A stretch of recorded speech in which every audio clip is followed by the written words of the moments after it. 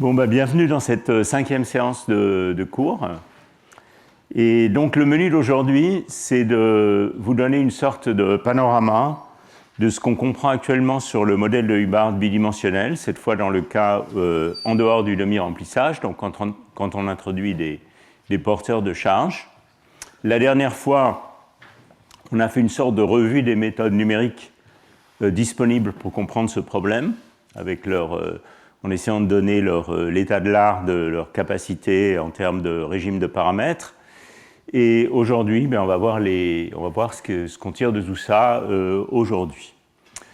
Et puis vers la fin du cours, j'espère avoir le temps de vous montrer quel est l'état de l'art également de la comparaison entre cette compréhension du modèle de Hubbard bidimensionnel et les expériences les plus récentes sur les atomes forts dans les réseaux optiques. Et puis on finira le cours sur un peu des perspectives du domaine, puisque la prochaine fois, ça ne sera pas vraiment une séance de cours, mais ça sera plutôt une sorte de mini-colloque consacré aux méthodes numériques et en particulier au Monte Carlo diagrammatique et à ses avancées récentes.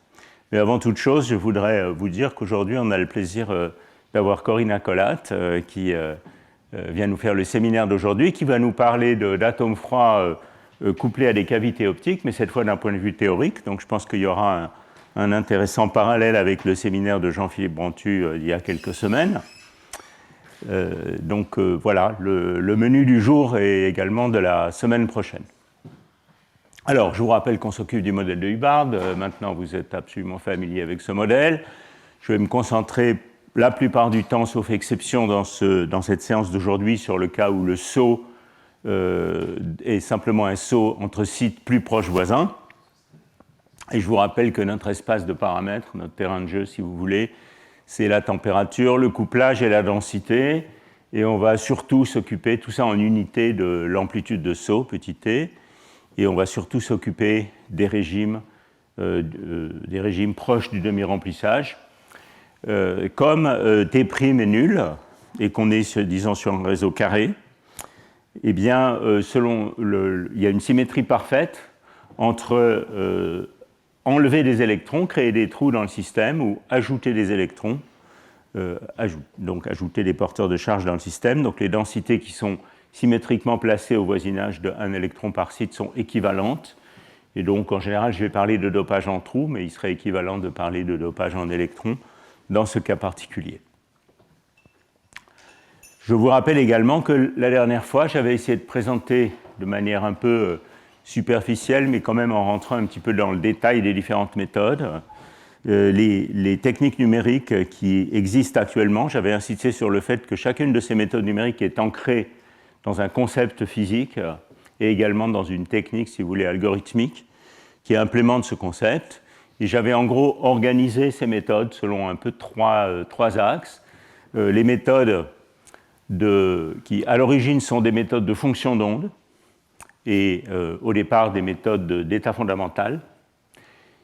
On avait vu qu'il était indispensable de compresser l'information dans la fonction d'onde et que ça, on peut le faire par différentes techniques, l'une des plus remarquables étant la compression sous forme de produit de matrice et ses extensions, sur lesquelles on peut appliquer des algorithmes variationnels efficaces, comme le DMRG. Mais il y a également d'autres méthodes plus récentes de compression de l'information, comme la compression de l'information quand on représente la fonction d'onde sous forme d'un réseau de neurones, donc c'est tout ce qu'on appelle les neural quantum states.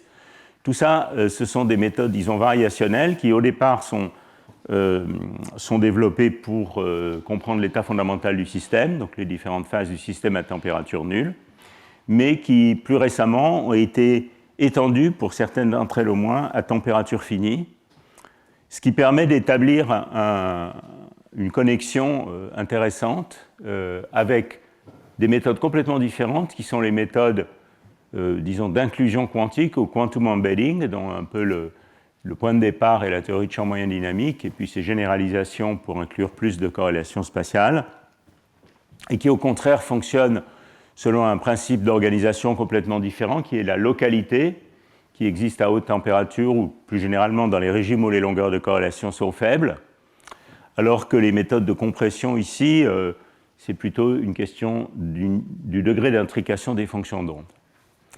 Et donc, avec ce double mouvement d'arriver à inclure de plus en plus de corrélations spatiales de longue portée dans les méthodes de quantum embedding, ou bien de généraliser ces méthodes variationnelles à température finie, on arrive à étudier un même système dans un régime de température qui est un régime de température qui commence à être difficile pour les simulations, et de les étudier avec des approches complémentaires qui ont permis au cours des 10-15 dernières années de très grands progrès sur le sujet. Et puis une troisième classe de méthodes dont j'ai parlé également la dernière fois, c'est tout ce qui concerne l'échantillonnage Monte-Carlo. Une fois qu'on a dit ça, on n'a pas dit grand-chose, il faut encore spécifier ce qu'on échantillonne. On avait vu qu'il y avait des méthodes qui consistent à découpler l'interaction avec un champ auxiliaire et qu'on échantillonne sur ce champ auxiliaire. Ça, c'est toutes les méthodes de type Auxiliary Field Quantum Monte Carlo, AFQMC, dans la version Constraint Path en particulier, qui permet de maîtriser le signe moins mais qui est approché, ou bien les méthodes de Monte Carlo diagrammatique, dont j'avais un petit peu parlé, et dont vous entendrez plus parler en termes de résultats aujourd'hui et qui fera l'objet du mini-colloque de la semaine prochaine. Donc voilà, je ne reviens pas sur le détail de ces méthodes numériques, mais c'est pour vous rappeler un petit peu comment elles s'organisent à la fois du point de vue conceptuel et du point de vue algorithmique. Alors, pour tout de suite dévoiler la fin de l'histoire, vous allez voir que quand on combine ces différentes méthodes entre elles, on commence à avoir une image assez globale de ce qui se passe dans le modèle de Hubbard, faiblement dopé, répulsif, en fonction de la température. Et l'histoire est la suivante. À haute température, on a une espèce de soupe incohérente où les choses fluctuent beaucoup entre les différents états possibles. Et puis, il apparaît une température caractéristique, T étoile, où les corrélations de spin antiferromagnétique se mettent à croître. Donc, la première longueur de corrélation qui se met à croître, c'est la longueur de corrélation de spin correspondant au vecteur de onde pi. Et simultanément à cette apparition de corrélation de spin, il apparaît dans le spectre d'excitation à une particule, ce qu'on appelle un pseudo-gap, j'y reviendrai dans la suite, qui peut être soit créé par des longueurs de corrélation très grandes en couplage faible, j'en avais un peu parlé la dernière fois, je crois que je vais y revenir aujourd'hui, et puis, mais en couplage fort, au contraire, des corrélations antiferromagnétiques à courte portée suffisent à ouvrir un pseudo-gap dans le spectre d'excitation. Et puis, quand on baisse encore la température, quelque chose se met à se passer dans le secteur de charge ou de densité, et on s'attend à ce qu'il existe une transition de phase, cette fois c'est une vraie transition de phase, vers une onde de densité de charge. Ou bien, évidemment, une autre possibilité, c'est la supraconductivité, mais on verra que quand T' est nul, le régime de paramètres où la supraconductivité apparaît est probablement assez restreint, et en fait, souvent, c'est la physique de l'onde de densité de charge qui domine. Alors pourquoi est-ce qu'on pense que cette transition existe ? Eh bien parce qu'en fait, les méthodes qui sont des méthodes variationnelles à température nulle établissent de manière assez incontestable que l'état fondamental du système est un état qui s'organise en ce qu'on appelle ruban de spin et de charge, c'est-à-dire, je vais le décrire un petit peu dans la suite, des zones d'antiferromagnétique non perturbées avec les trous qui se concentrent sur des structures unidimensionnelles. Et donc ça, on le sait par toutes sortes de méthodes. En fait, toutes les méthodes sont en accord sur ce sujet. Et sur la base de principes très généraux, on voit bien que si l'état fondamental est de cette nature, quand on se met à se placer à température finie, l'ordre à longue portée de spin doit disparaître, ça c'est Mermin-Wagner, mais puisque la physique de charge, une onde de densité de charge brise une symétrie discrète, eh bien cet ordre de charge doit subsister à température finie et il doit y avoir une transition de phase. Et cette transition de phase a été relativement peu étudiée théoriquement. Il y a quelques travaux, je vais en parler un petit peu, et c'est une des cibles, je dirais, pour les manips d'atomes froids actuellement. La croissance des corrélations de spin est clairement vue expérimentalement, on l'a très bien vu au demi-remplissage dans les cours précédents, mais elle est également vue en dehors du demi-remplissage. Vous l'avez vu dans le séminaire d'Immanuel Bloch la semaine dernière, par exemple. En revanche, les signes de la physique de charge ne sont pas encore vraiment apparus dans les expériences, probablement pour des raisons de régime de température, mais peut-être pas seulement. Voilà, donc ça, je vous ai un petit peu révélé, si vous voulez, la fin de l'histoire, et maintenant je vais entrer un petit peu dans les détails de tout ça, en commençant par la physique du pseudo-gap. Alors, la première chose que je voudrais faire, c'est expliquer un petit peu ce que c'est que le pseudo-gap. Je l'ai déjà fait brièvement la dernière fois, je voudrais y revenir. Et puis ensuite, je vais essayer de vous dire ce qu'on comprend sur ce phénomène dans une perspective de couplage faible, puis dans une perspective de couplage fort. Donc de quoi s'agit-il? On en a parlé la dernière fois. La question, c'est une question finalement assez fondamentale. Je pars du demi-remplissage, j'ai un isolant de Mott antiferromagnétique, et j'introduis des porteurs de charge, disons des trous dans le système, et la question c'est où les quasi-particules apparaissent-elles? Et en fait, il se trouve qu'à 2 dimensions, où les fluctuations sont très fortes, eh bien, ces quasi-particules cohérentes apparaissent de manière privilégiée dans les zones diagonales de la zone de Brillouin, ou plus précisément aux alentours des points de la surface de Fermi qui correspondent aux zones diagonales, ce qui, dans le jargon des cuprates supraconducteurs, s'appelle les régions nodales. Alors, pourquoi les régions nodales? Parce que quand vous avez un supraconducteur qui a une symétrie D, le gap, donc ça c'est ma zone de Brillouin, si je suis au demi-remplissage, ma surface de Fermi coïncide avec la zone de Brillouin antiferromagnétique, c'est censé être un carré. Un gap supraconducteur de type D-wave. Toute la terminologie du modèle de Hubbard bidimensionnel est quand même fortement influencée par la terminologie des cuprates, il faut le dire. Et donc vous voyez qu'un gap qui aurait cette dépendance en K, qui correspond à la symétrie D, s'annule sur les zones diagonales. C'est pour ça qu'ici il y a des nœuds du gap, d'où le nom zone nodale. Et puis, par opposition, ces zones ici, on les appelle les zones antinodales. Et ce qui se passe quand on dope cet isolant de Mott antiferromagnétique, c'est que les quasi-particules apparaissent de manière privilégiée au nœud. C'est-à-dire que dans cette région-là, il apparaît des quasi-particules cohérentes, alors qu'ici, au moins à faible dopage, il n'y a pas de quasi-particules cohérentes, et il y a même une échelle d'énergie caractéristique, qui est ce pseudo-gap, qui correspond à un déficit d'excitation. Alors ça, on le voit très bien dans les expériences sur les cuprates supraconducteurs. Donc vous voyez ici une expérience de photoémission résolue en angle, où on suit le spectre de photoémission en allant des zones nodales aux zones antinodales. Et vous voyez que dans les zones nodales, il y a un beau pic avec une largeur relativement étroite qui correspond à une excitation à une particule cohérente. Un pic étroit, ça veut dire un temps de vie long. Et puis ici, aux antinœuds, dans cette région près de π0 ou de 0π, vous voyez qu'il n'y a pas de pic bien défini, mais qu'il y a aussi, si je regarde la distance entre le point d'inflexion ici et le zéro d'énergie, il y a aussi une échelle d'énergie caractéristique, comme un offset du spectre d'excitation. Alors ce pseudo-gap, il n'a pas d'abord été découvert comme ça, il a été découvert par des expériences de RMN, en particulier à Orsay, dans le groupe d'Henri Alloul, il y a très longtemps. Et vous voyez ce qui se passe à faible dopage, c'est que la susceptibilité magnétique, qui dans un métal habituel devrait être une loi de Pauli, c'est-à-dire constante en température, ce qui signale l'existence d'une densité d'état d'excitation finie, eh bien au contraire, dans ce régime sous-dopé, quand on refroidit, la susceptibilité magnétique s'écroule, comme s'il y avait un déficit d'excitation. Alors que quand on augmente le dopage pour se rapprocher de ce qu'on appelle le dopage optimal dans ces systèmes, on retrouve plus ou moins une loi de Pauli. Et le pseudo-gap se ferme. Bon, donc ça, c'est la phénoménologie du pseudo-gap dans les cuprates.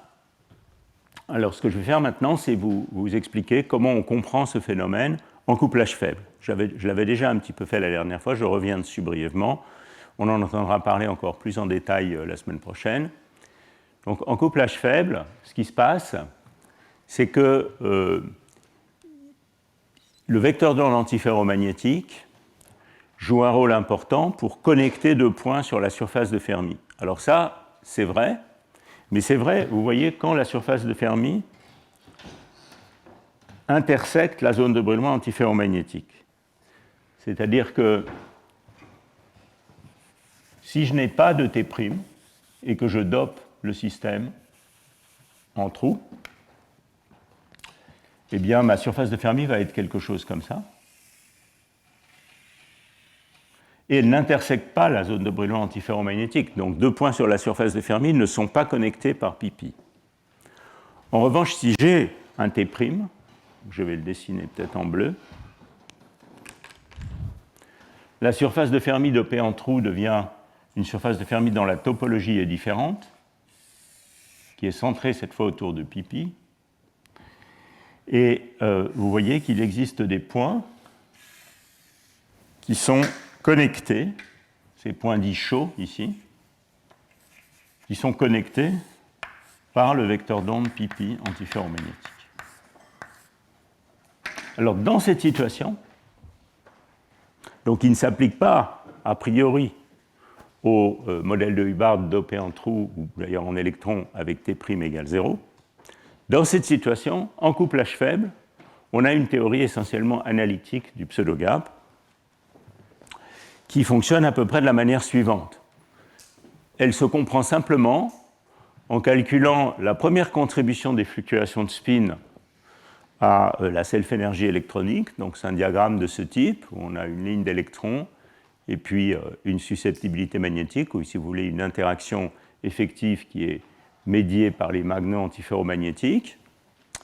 Et quand on calcule ce diagramme, on s'aperçoit qu'en fait, la cohérence des quasi-particules est précisément détruite en ces points dits chauds de la surface de Fermi, pourvu que la longueur de corrélation antiferromagnétique de ces fluctuations soit plus grande que la longueur d'onde thermique de De Broglie de mes quasi-particules en ce point.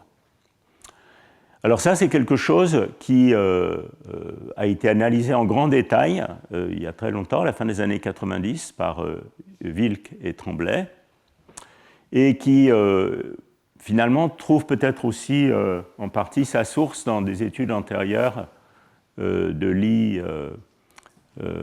Rice et Anderson, dans le contexte des ondes de densité de charge. Mais là, c'est une théorie explicite à 2 dimensions dans le contexte des fluctuations de spin.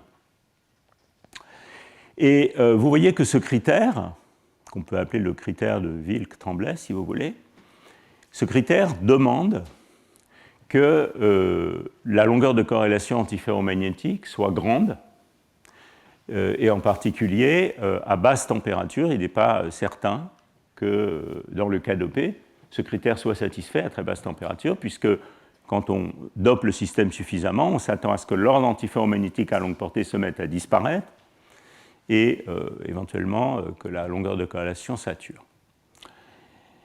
Par ailleurs, vous voyez que c'est une théorie qui nécessite qu'il y ait des points chauds connectés par pi sur la surface de Fermi.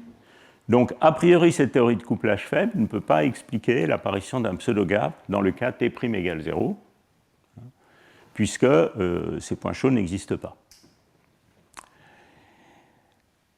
Alors, si on continue un petit peu avec cette théorie de couplage faible, on peut estimer l'amplitude de cette énergie caractéristique liée au pseudo-gap, et on peut voir qu'elle est d'ordre T log xi. Si on était au demi-remplissage, ou plus généralement si l'état fondamental s'ordonne magnétiquement, ça on a vu ça au cours 2 ou au cours 3, on s'attend à ce que la longueur de corrélation croisse exponentiellement, avec un coefficient qui est caractéristique de la rigidité de spin. Ça c'est le modèle de sigma non linéaire à sa dimension critique inférieure. Et cette théorie établit, juste en calculant ce diagramme, que l'échelle d'énergie est en gros T log xi, et donc vous voyez ça c'est une énergie qui est bien finie, puisque les T se compensent, et qui est directement proportionnelle à la rigidité de spin, avec une constante de couplage qui caractérise le couplage des électrons aux fluctuations antiferromagnétiques. Alors, ces théories de fluctuations de spin ont été beaucoup élaborées depuis par différents auteurs. J'ai mis ici quelques références. Alors, de manière plus précise, on peut confronter ce critère au calcul numérique. Et je ne vais pas revenir trop en détail là-dessus, parce que Thomas Schaeffer nous en parlera la prochaine fois. mais on peut identifier dans les calculs numériques une séquence de crossover en fonction de la température. Et en fait, on voit que on commence en couplage faible, on commence à établir des quasi-particules cohérentes à haute température de manière différentielle entre ces points et ces points. Et puis, quand on commence à baisser la température, on ouvre ce pseudo-gap. Et finalement, ça c'est le cas demi-rempli, le système s'ordonne magnétiquement avec également un gap de charge au demi-remplissage. Et on a pu vérifier numériquement, mais Thomas vous en parlera la prochaine fois, que ce pseudo-gap s'ouvre effectivement quand le critère de Wilk-Tremblay est satisfait. Alors, je vais tout de suite passer sur le régime de couplage fort, puisque vous entendrez parler de ça plus en détail la fois prochaine pour le régime de couplage faible et également pour le régime de couplage fort. Dans le régime de couplage fort, l'histoire est différente. En effet, les calculs numériques montrent que, effectivement, le pseudo-gap s'ouvre quand la longueur de corrélation de spin commence à croître, mais qu'il n'est pas du tout nécessaire d'avoir des corrélations de spin à longue portée pour l'ouverture d'un pseudo-gap. Une longueur de corrélation de l'ordre de 2-3 mailles du réseau est suffisante. Donc ça, c'est un premier point important. Et surtout, un second point très important, c'est que il n'est pas nécessaire que la surface de Fermi sans interaction intersecte la zone de brûlement antiferromagnétique pour qu'un pseudo-gap apparaisse. Alors en fait, la manière dont le système se comporte, c'est que quand on baisse la température à bas dopage, la surface de Fermi sans interaction n'est plus du tout une bonne description de la vraie surface de Fermi du système. Elle est fortement déformée par les interactions dans le régime de couplage fort. Et il y a un changement de topologie de la surface de Fermi. La surface de Fermi en interaction se met à avoir une topologie du type de la topologie bleue, c'est-à-dire que la vraie surface de Fermi en interaction, elle, effectivement, intersecte la zone de brûlement antiferromagnétique. Et ça, c'est un phénomène qui se produit déjà à relativement haute température, je dirais autour de la moitié du hopping à peu près. C'est vu dans pas mal de simulations. C'est déjà un phénomène d'ailleurs qu'on peut voir à haute température dans la théorie de champ moyen dynamique, mais on le voit aussi en Monte Carlo déterminantal, on le voit en Monte Carlo diagrammatique. Et c'est quelque chose qui n'a pas encore été observé dans le domaine des atomes froids, alors que le régime de température est accessible, probablement parce que ce n'est pas si facile de faire de la spectroscopie d'outcoupling dans le réseau, même si on l'a vu au cours d'eux, il y a déjà bien longtemps, il y a eu des expériences qui mappent la surface de Fermi par temps de vol. On a vu les expériences de Michael Keul à l'époque dans le groupe de Hesslinger qui faisait ça. Donc ça, c'est un problème ouvert et intéressant qui pourrait être abordé déjà avec le régime de température accessible actuellement. Alors comment est-ce qu'on sait ça, que ce pseudo-gap s'ouvre effectivement? Mais en fait, on sait ça justement par à peu près toutes les méthodes qui sont capables d'aborder ce problème. On sait ça depuis très longtemps par les méthodes de type cluster DMFT. Et plus récemment, les méthodes de Monte Carlo diagrammatique ont confirmé et développé ce point de vue. Et puis, de manière assez intéressante, on a également une confirmation, je dirais, partielle, au moins de la corrélation qui existe entre corrélation de spin et pseudo-gap, dans le contexte de l'extension à température finie des méthodes MPS, ce qu'on appelle Minimally Entangled Typical Thermal States. Je ne sais pas si j'aurai le temps de vous en parler, mais peut-être je vais quand même le mentionner un petit peu dans la suite. Alors, la semaine prochaine, Michel Ferrero va vous parler certainement de cet article, qui est tout récent, dans lequel, avec ses collaborateurs Fedor Simkovic et Ricardo Rossi, ils ont pu suivre, en fonction de la température, l'évolution du pseudo-gap. Donc, il s'agit du modèle de Hubbard répulsif, en fonction du dopage, T' égale 0, et de U, tout ça en unité de T, du hopping. Et en utilisant un critère dont on pourra parler plus précisément la prochaine fois, on peut identifier la zone rouge ici, qui est la zone où il y a un pseudo-gap dans le spectre d'excitation. Donc ça, vous voyez que c'est quelque chose qui se passe déjà à des températures assez élevées, si on est dans ces zones de couplage fort, autour de T sur le hopping de l'ordre de 0,25. Et effectivement, on a vu dans le séminaire d'Emmanuel Bloch la semaine dernière que c'est à peu près les températures qu'ils atteignent actuellement dans l'expérience de Munich, et qu'il y a déjà des signaux expérimentaux qui suggèrent qu'effectivement on est bien dans ce régime. Et sur ce même graphe, ce que vous voyez ici, c'est des lignes d'iso-valeur de la longueur de corrélation antiferromagnétique. Et donc vous voyez qu'en fait, une longueur de corrélation de l'ordre de 2 mailles du réseau suffit déjà à ouvrir un pseudogap dans le spectre d'excitation. Si on va à plus grand dopage, on perd le pseudogap, mais la surface de Fermi reste une surface de Fermi dont la topologie est changée. Comme je le décrivais ici, c'est la zone verte de ce diagramme. Alors qu'en couplage faible, eh bien, on a une surface de Fermi essentiellement non modifiée par les interactions, pas de pseudogap, etc. Si vous voulez une évidence directe que ce sont les corrélations de spin qui jouent un rôle dans ce problème, voilà un graphe en fonction de la température, toujours par les méthodes de Monte-Carlo diagrammatique, de la fonction de corrélation de spin transformée de Fourier au vecteur d'onde pi en bleu, en fonction de la température, pour deux valeurs de U et pour deux dopages légèrement différents, ici 5% et ici 7,5%. Et donc vous voyez que le facteur de structure antiferromagnétique se met à croître à une température relativement élevée. Donc ça, on l'a bien vu aussi dans les expériences la dernière fois. Hein. En revanche, le facteur de structure de charge ne fait rien du tout. Et donc, on voit qu'on n'a pas encore atteint un régime où la charge se met à réagir.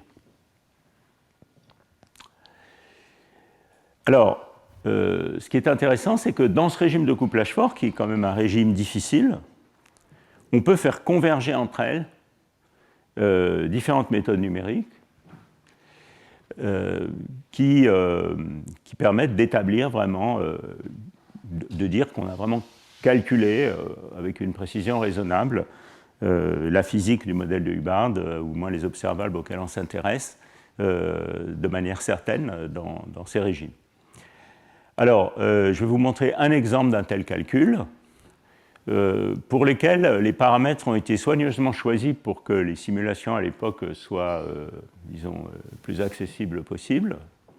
Donc on s'est placé, donc c'est un article qu'on a publié il y a déjà quelques années, avec en particulier Wei Wu, qui était postdoc ici au Collège de France. Alors c'est un cas où il y a T', donc T' est fini dans ce cas-là. Et on a choisi U de l'ordre de 6.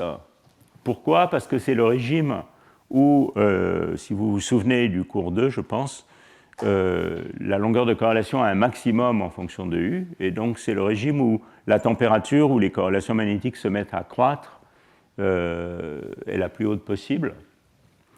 Donc c'est une sorte de régime optimal. En même temps, c'est un U qui n'est pas trop grand pour qu'on puisse l'atteindre raisonnablement par Monte-Carlo diagrammatique. Les calculs de cet article sont des calculs, d'une part, de Monte-Carlo diagrammatique canal historique, c'est-à-dire pas avec l'algorithme CEDET dont j'ai parlé la dernière fois, et par ailleurs, avaient également été faits des calculs de type cluster DMFT dans la version qu'on appelle DCA, sur des grands clusters, de manière qu'on puisse converger le résultat dans la taille du cluster. Ces valeurs des paramètres ont servi un petit peu de référence pour d'autres calculs par la suite, d'autres méthodes, comparer d'autres méthodes approchées. C'est pour ça que on a fini par l'appeler le waypoint. Donc voilà un résultat, c'est la partie imaginaire de la self-énergie prise à la première fréquence de Matsubara, donc disons à basse fréquence. Vous pouvez penser à cette quantité comme l'inverse du temps de vie des quasi-particules du système. Enfin, ce n'est pas tout à fait ça, parce qu'il faudrait multiplier par le poids spectral des quasi-particules, mais en gros, en fonction du moment dans la zone de Brillouin, de la quasi-impulsion dans la zone de Brillouin, en suivant un trajet qui est celui-ci. On part du point gamma au centre de la zone, on va vers pi 0, on monte là-haut, et puis on retraverse la région nodale selon la diagonale. Et donc, vous voyez, quand on fait ça, ce qu'on voit, c'est qu'il y a un temps de vie beaucoup plus grand dans les régions antinodales que dans les régions nodales.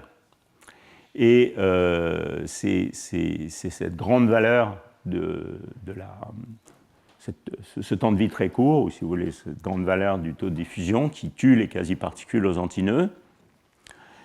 Et ce que vous voyez ici en violet, c'est le Monte-Carlo diagrammatique, à l'époque ressommé au 6e ordre de la théorie de perturbation. Maintenant, les spécialistes du domaine peuvent aller plus loin, on verra l'état de l'art la semaine prochaine.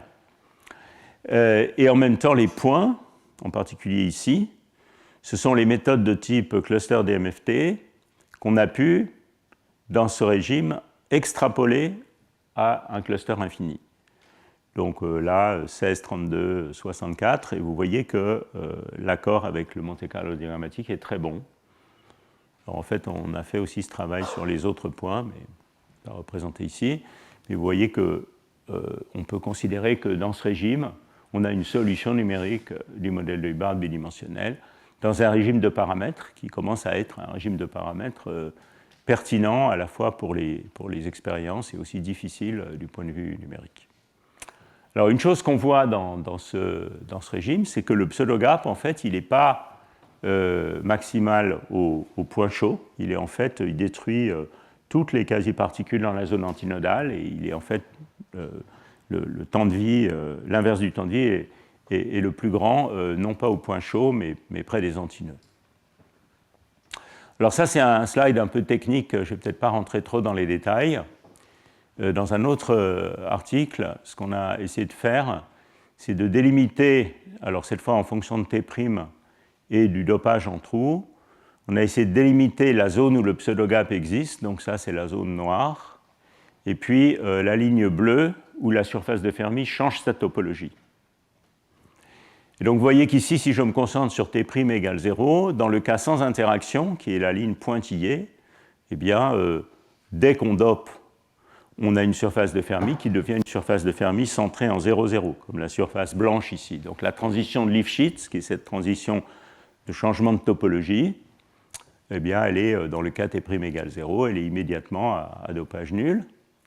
Alors qu'en présence d'interaction, ça c'était U égale 7, elle est poussée jusqu'à un dopage de l'ordre de 10%. Donc ça veut dire que, alors qu'on s'attendrait dans le système sans interaction à ce que la surface de Fermi du système dopé en trou soit quelque chose comme ça, en fait la surface de Fermi observée est quelque chose comme ayant la topologie bleue.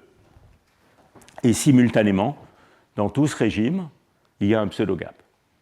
Et il se trouve que dans ce régime de paramètres, la transition de changement de topologie de la surface de Fermi et la disparition du pseudogap coïncident, mais ça, ce n'est pas forcément un phénomène général. Vous voyez que ces deux lignes se séparent à un certain moment.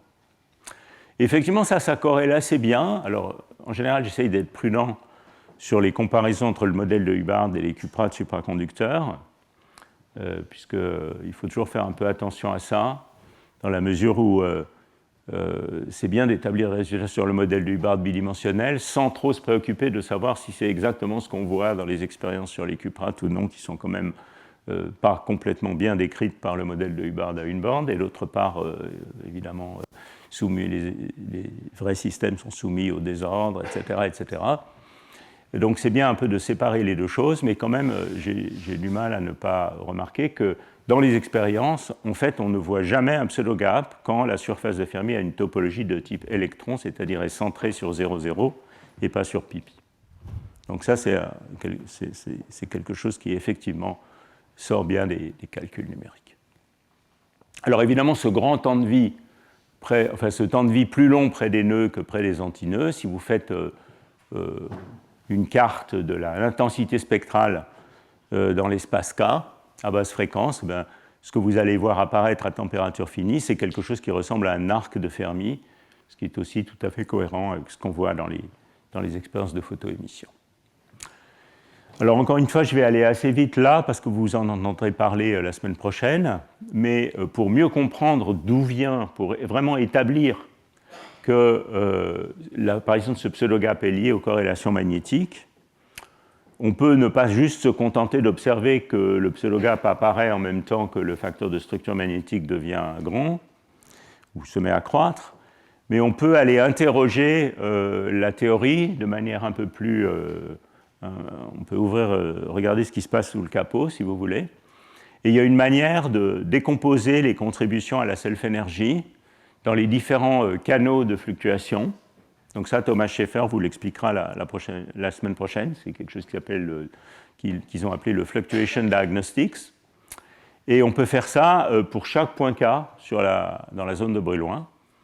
Et ce qu'on voit en fait, c'est qu'effectivement, aux antineux, c'est la physique des fluctuations de spin qui domine. Et c'est elle qui est responsable de la grande valeur de la partie imaginaire de sigma aux antineux. C'est quelque chose qui a été fait d'abord dans cet article par justement Gunnarsson, Thomas Schaeffer et collaborateurs, et dont Thomas vous parlera la prochaine fois, dans les méthodes de type cluster DMFT, et qu'on a également utilisé avec Wei Wu et Michel et collaborateurs dans le contexte du Monte-Carlo diagrammatique. On a effectivement montré, dans les mêmes calculs que je vous montrais la dernière fois, que la destruction des quasi-particules aux antineux était bien liée aux fluctuations de spin. Voilà, donc ça, disons, c'est un petit peu ce que je voulais vous dire sur la physique du pseudo-gap.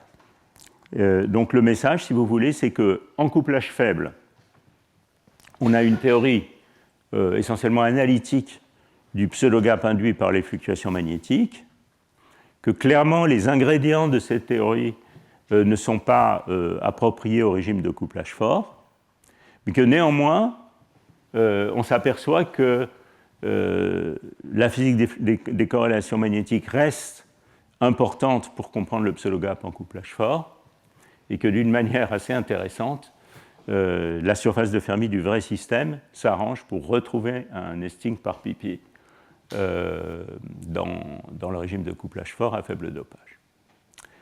Donc voilà un petit peu ce qu'on comprend actuellement sur le pseudo-gap. Et maintenant, je vais complètement changer de perspective. Je vais essayer de vous donner un petit peu une revue de ce qu'on comprend sur l'état fondamental. Qu'est-ce qu'on comprend sur l'état fondamental actuellement? Donc, on va vraiment parler de température nulle. Et évidemment, les méthodes privilégiées dans ce contexte, c'est les méthodes variationnelles, mais pas que, mais également quand même ça principalement. Et donc voilà un diagramme de phase qui a été établi il y a déjà quelques années, mais oui, ce n'est pas très vieux, ça a 3-4 ans, par les méthodes dont nous a parlé Shi-Wei Zhang il y a quelques semaines, donc ces méthodes de Constraint Path et RQMC. Alors ces méthodes de Constraint Path et RQMC peuvent être appliquées à température finie, comme il l'a expliqué dans son séminaire et comme je l'ai un peu expliqué la dernière fois, ou à température nulle, en faisant évoluer un état de départ avec exponentielle moins taux h jusqu'à converger vers l'état fondamental. Et dans cet article, ce qui a été fait, c'est d'étudier les corrélations, la nature des corrélations de spin et de charge dans l'état fondamental. Les calculs de cet article n'autorisaient pas la supraconductivité, donc c'est, disons, un minimum quelque part dans le paysage d'énergie. On va parler de supraconductivité après. Et dans le plan U, dopage en trou, ce qui a été trouvé dans cet article, c'est qu'il y a une frontière dans l'état fondamental entre ces deux phases. Une phase où l'état fondamental a ces fameux ordres en ruban, donc des stripes de spin et de charge, et puis une phase où il n'y a pas d'ordre détecté par ces calculs dans l'état fondamental, et donc où le système est un métal, ou un liquide, si vous voulez. Évidemment, on peut pinailler et dire qu'il n'y a pas de liquide de Fermi qui soit stable jusqu'à température zéro, donc ce liquide doit avoir, sur des bases très générales, une instabilité exponentiellement petite vers des phases de type Cohn-Luttinger, et d'ailleurs, en régime de couplage faible, c'est des choses qui ont été vues par le Monte-Carlo diagrammatique, mais il s'agit d'un déchet d'énergie extrêmement faible. Donc on va, pour parler de manière rapide, on va parler d'un état métallique ou liquide dans cette zone rose. Et vous voyez qu'ici, il y a une frontière qui sépare ces deux phases. Alors, qu'est-ce que c'est que ces stripes? Donc ça, c'est quelque chose qui remonte vraiment à la préhistoire du domaine des cuprates et du modèle de Hubbard. C'est quelque chose qui est déjà clair au niveau Hartree-Fock.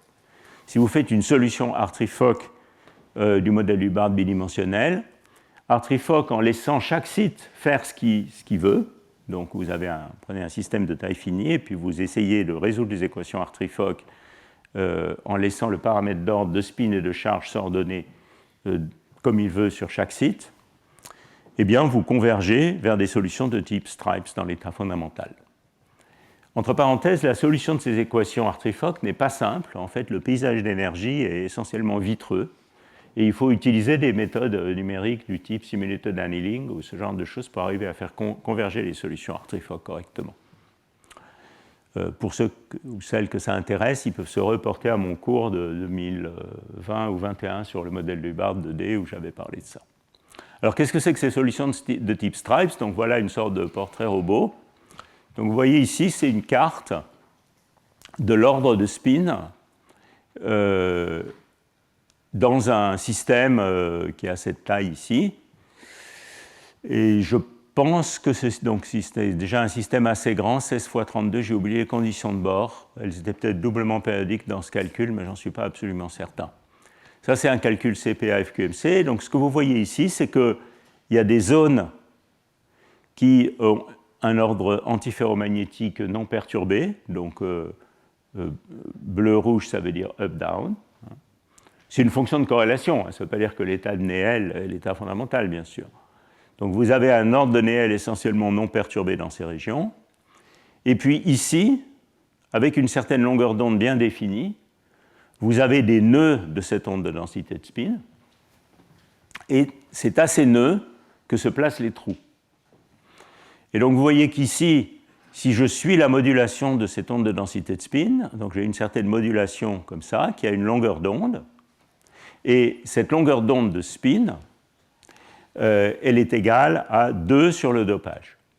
Donc effectivement, vous voyez ici que cette longueur d'onde de spin, c'est à peu près 8 sites, hein, puisque le dopage est, 16 sites, puisque le dopage ici c'était 1/8.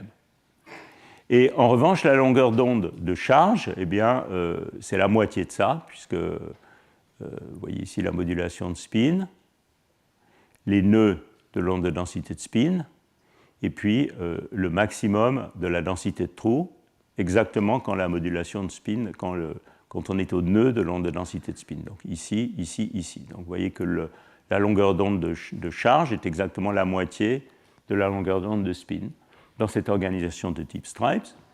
Par ailleurs, si vous regardez bien, alors c'est peut-être pas complètement apparent sur ce graphe, mais en fait, ici vous voyez qu'il y a up, down, up, un trou, et ensuite on reprend up, down, up. Donc ça veut dire que l'onde de densité de spin a été shiftée d'un pas du réseau chaque fois qu'on insère un trou. Ce que les gens appellent parfois un phase shift de pi à la position du ruban de charge. Donc je dirais que ça, c'est la solution ruban de charge et de spin, ou spin and charge stripe, la plus standard qu'on trouve dans ces calculs. On peut trouver des solutions avec d'autres longueurs d'onde, et en fait, c'est même un problème assez compliqué d'arriver à départager ces différentes solutions si on veut vraiment les trouver. Je vais montrer un graphe là-dessus plus tard. Et le point sur lequel je voudrais insister, c'est qu'en gros, toutes les méthodes numériques, et même des méthodes semi-analytiques, je dirais, sont d'accord pour dire que ça, c'est un état fondamental très favorable du modèle de Hubbard d'OP. Ça remonte, comme je le disais tout à l'heure, aux solutions Hartree-Fock, en particulier les travaux de Zanen et Gunnarsson, et aussi les travaux de Heinz Schulz à Orsay, qui avaient montré, par un calcul essentiellement semi-analytique, que quand on partait d'une solution Hartree-Fock de type onde de spin incommensurable, il devenait favorable de placer les trous, de localiser les trous au nœud de l'onde de spin. Très joli argument énergétique dans cet article. Et comme je le disais tout à l'heure, la solution des équations Hartree-Fock, même si elle remonte à beaucoup d'années, n'est pas si simple. Et en fait, c'est même seulement relativement récemment, dans le groupe de Walter Metzner, il y a pas plus tard que 2 ans, qu'une étude de numérique vraiment détaillée et soigneuse des différentes solutions Hartree-Fock dans la limite thermodynamique a été faite. Et donc vous voyez ici l'évolution, ça c'est le diagramme de phase Hartree-Fock. Donc vous voyez ici l'évolution de des corrélations en fonction de la température, il y a un moment où le système s'ordonne au vecteur d'onde pp, donc c'est Hartree-Fock, hein, donc ça viole Mermin-Wagner, hein, c'est vraiment un champ moyen statique. Et donc si vous êtes généreux avec cette approche, vous allez interpréter cette transition d'ordre au niveau champ moyen comme un crossover dans le vrai système bidimensionnel. Donc vous avez d'abord une poussée des corrélations de spin à pp, ensuite il y a une phase intermédiaire spirale où le vecteur d'onde est shifté par rapport à pp, donc l'ordre magnétique devient incommensurable, enfin devient distinct de pp au moins, et puis finalement on a un ordre de stripe comme je le décrivais à l'instant. Et donc vous voyez que ça, c'est évocateur de ce qu'on voit dans les simulations numériques beaucoup plus avancées. Quand on baisse la température, on commence par voir croître le facteur de structure magnétique à pp. Et puis quelque part ici, il doit y avoir une mise en ordre de la charge. Donc c'est cette fameuse transition de charge density wave qui n'a pas encore été vraiment vue dans les simulations d'atomes. Pas encore été vue. Et donc ça, c'est Hartree-Fock, mais j'ai parlé de CPA FQMC, mais c'est quelque chose qui est vu dans toutes les méthodes numériques. Donc c'est un triomphe des méthodes de DMRG il y a déjà très longtemps, en particulier dans cet article de White et Scalapino, d'avoir vu ces stripes dans des rubans dans des systèmes de type cylindre par l'algorithme DMRG il y a déjà de nombreuses années. Mais si vous étendez Hartree-Fock et que vous faites au contraire du champ moyen dynamique unrestricted, c'est-à-dire en laissant de nouveau tous les sites faire ce qu'ils veulent. Vous voyez aussi ça très bien dans les méthodes des MFT. Et il y a un très joli article, pas très connu, de Peters et Kawakami qui fait ça en unrestricted MFT. Et là aussi, on trouve les solutions de type stripes. Et en fait, la frontière critique qu'ils avaient trouvée entre l'état liquide et l'état stripes dans cet article est assez proche de celle-ci. Donc c'est vraiment quelque chose de très robuste et bien établi, ces stripes dans l'état fondamental. Alors le problème, c'est que les différences d'énergie, quand on résout toutes ces équations, quand on utilise ces méthodes numériques, on peut très bien tomber dans un minimum local de l'énergie. Et la question, c'est combien il y a de minima locaux et quelle est la différence d'énergie entre ces différents minima.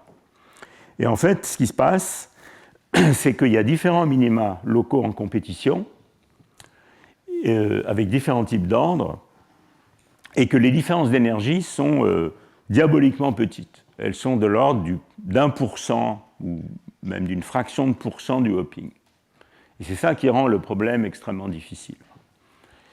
En particulier, vous pouvez demander qu'est-ce qu'on sait aujourd'hui sur la supraconductivité.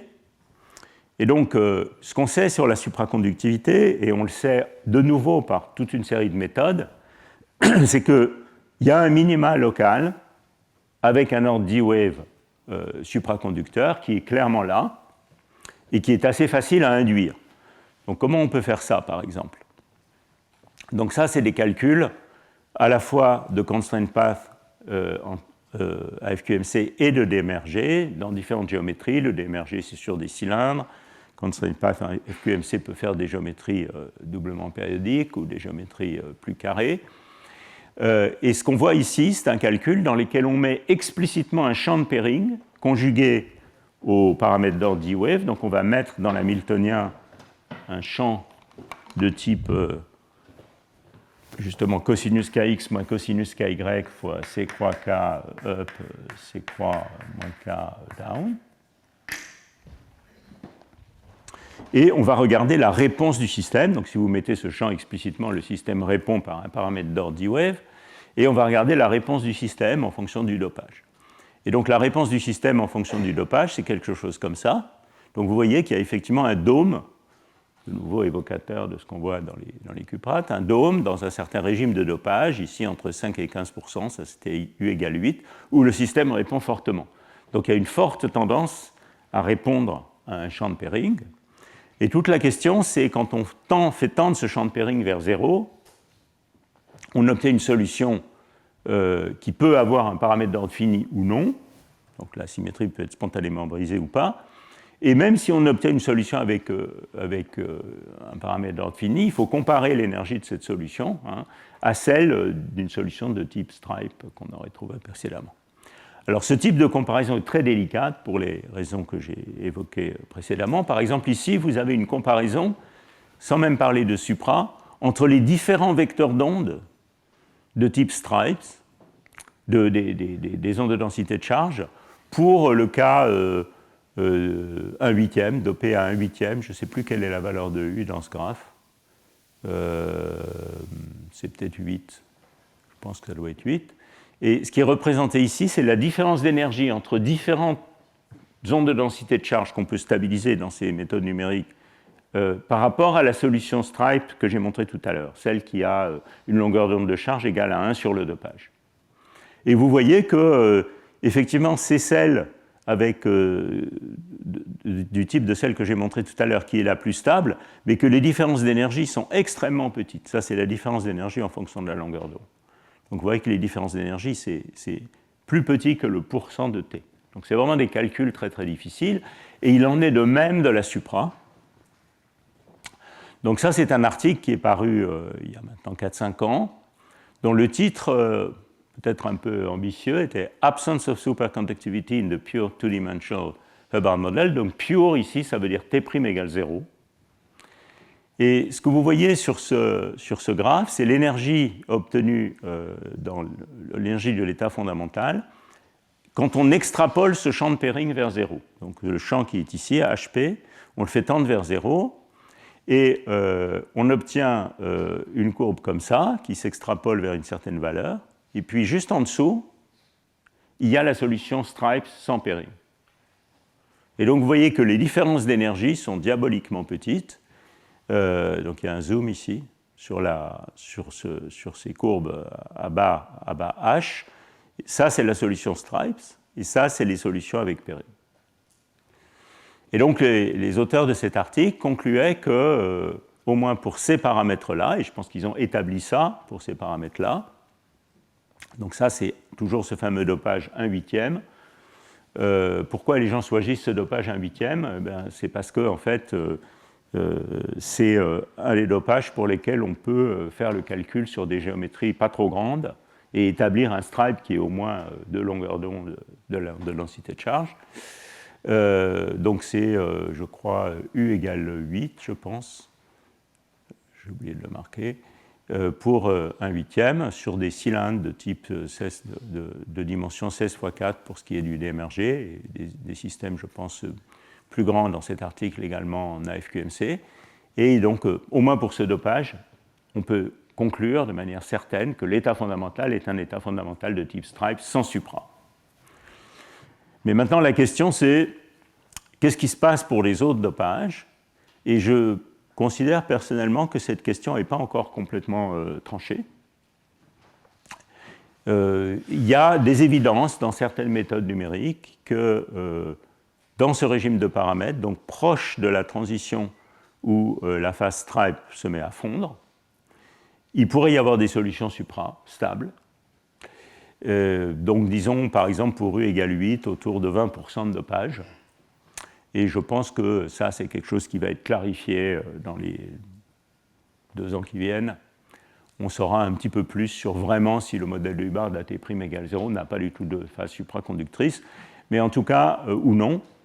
En tout cas, ce qu'on peut dire, c'est que quand T' est nul, la compétition est extrêmement délicate et que pour au moins une large gamme dans ce diagramme de phase, c'est les solutions de type Stripes qui gagnent. Alors en revanche, ce qu'on sait aussi depuis longtemps par différentes techniques, c'est que quand on met un T', eh bien, ça devient favorable pour la supraconductivité. On le sait depuis des années par les méthodes de type cluster DMFT. Et tout récemment, il y a un article assez remarquable qui est paru donc par Uli Schulweg, Shiwei Zhang, Steve White et leurs collaborateurs, où de nouveau ils mettent ensemble les méthodes de type Constraint Path FQMC et les méthodes de type DMRG, avec une étude très soigneuse des effets de taille finie, des conditions au bord, avec un moyen âge sur des conditions au bord twistées. Et cet article établit qu'en présence de T', on peut effectivement stabiliser un état fondamental supraconducteur. Et vous voyez, ils ont fait ça pour quelques dopages bien particuliers, donc ces différents points ici, dans le cas dopé en trou. Maintenant, il faut séparer évidemment le cas dopé en trou et dopé en électron, puisque quand on met un T', on brise la symétrie particule-trou et les deux régimes deviennent différents. Voilà, donc je pense que cet article établit effectivement qu'en présence de T', on stabilise un état fondamental supraconducteur, même si il y a certains travaux numériques qui ne sont pas encore tout à fait d'accord avec ça, donc on peut encore considérer que c'est un problème partiellement ouvert, mais je pense qu'il va être assez rapidement stabilisé en fait. Qu'est-ce que je voulais vous dire d'autre sur ce cas? Ah oui, un point que je voulais faire, mais que je n'ai pas illustré sur ce graphe, c'est qu'en fait, ce qu'il trouve, c'est qu'au moins dans ce régime, pour ces deux points-là, il y a également dans la phase supraconductrice une modulation de charge. Donc la charge n'est pas uniforme, il y a une coexistence en fait entre une onde de densité de charge et une phase supraconductrice. Alors, assez rapidement, je voudrais vous dire un petit peu quelque chose sur la manière dont ce que j'ai raconté dans les deux parties de ce cours se raccorde entre elles. Donc, au début de cette séance, j'ai parlé du pseudo-gap, de la croissance des corrélations de spin, etc. Et puis maintenant, je vous parle d'état fondamental qui s'ordonne sous forme de stripes ou de rubans de charge et de spin. Comment est-ce que ces deux choses se recollent quand on change la température? Alors, on va entendre parler de ça plus en détail la semaine prochaine. Je voudrais quand même vous dire un petit peu qu'est-ce qu'on sait là-dessus. Donc, il y a différents travaux qui ont été faits sur ce sujet récemment. L'un de ces travaux, vous entendrez parler dans le séminaire de Michel Ferrero la semaine prochaine. Il consiste à suivre cette fameuse phase pseudo-gap, donc c'était cette zone rouge, en fonction de la température. Et le résultat de cette étude, donc vous voyez que ici, dans cet article, différentes températures ont été étudiées, jusqu'à environ 7% du hopping. Donc ça, c'est un petit peu la limite de ces méthodes de Monte-Carlo diagrammatique. Et c'est aussi le régime où les dernières expériences d'atomes froids se situent. Donc vous voyez qu'on commence à vraiment travailler dans des régimes de paramètres où les calculs numériques sont encore possibles mais difficiles, et où les manips sont aussi difficiles mais deviennent possibles. Donc c'est pour ça que je trouve que ce sujet a une dynamique très intéressante actuellement. Et donc, dans cet article, ce qui a été fait, c'est d'essayer d'extrapoler cette zone rouge jusqu'à température nulle. Et ce qui a été trouvé, c'est que quand on essaye de faire cette extrapolation, on trouve que la frontière entre pseudo-gap et pas de pseudo-gap coïncide essentiellement avec la frontière entre stripes et pas de stripes, dont j'avais parlé tout à l'heure. Donc, la conclusion de ce travail, c'est que l'état de pseudo-gap a une instabilité naturelle quand on baisse la température vers la formation d'une onde de densité de charge, et puis à température nulle également d'une onde de densité de spin qui coexiste avec l'onde de densité de charge. Donc voilà un petit peu la conclusion de ce travail. On en entendra parler plus en détail la semaine prochaine. Alors comment est-ce que ça se passe, ce phénomène? Comme je le disais tout à l'heure, il doit y avoir une transition de phase de température finie, parce que autant la physique du spin, c'est un crossover, il y a seulement de l'ordre à température nulle à cause de Mermin-Wagner, autant pour la charge, on brise une symétrie discrète, donc il doit y avoir une transition de phase. Et en fait, cette transition de phase a peu été étudiée. Je vais vous montrer essentiellement le seul calcul numérique que je connaisse. Il y a quelques papiers théoriques, mais les calculs des travaux numériques, à ma connaissance, je crois que c'est à peu près le seul où on a essayé d'aborder ce problème. Et dans cet article, ce qu'on a essayé de faire, c'est Bo Xiao, qui était un postdoc au CCQ, qui est maintenant à Oak Ridge. Et ce qu'il a fait, c'est qu'en utilisant les méthodes de type Constraint Path à FQMC, toujours en appliquant des champs conjugués à l'ordre de charge et à l'ordre de spin, il a été capable d'identifier le paramètre d'ordre de l'onde de densité de charge en fonction de la température, en extrapolant vers un champ conjugué 0, pour voir si la symétrie est brisée. Et donc vous voyez ici, ce qu'on trouve, c'est que cette extrapolation tend vers une valeur du paramètre d'ordre qui est nulle au-dessus d'une certaine température critique, et puis qui est finie en dessous d'une certaine température critique. Et donc effectivement, on trouve une transition de phase vers un ordre de densité de charge qui, pour les valeurs de ces paramètres, qui étaient, je crois, U égale 10, se situe, et un huitième, se situe autour d'une température de l'ordre de 10% du OPI. Et donc ça veut dire que on devrait voir apparaître cette transition de phase dans les expériences d'atomes froids les plus froides actuellement, comme celle de Marcus Greiner à Harvard. On devrait déjà être à peu près dans ce régime.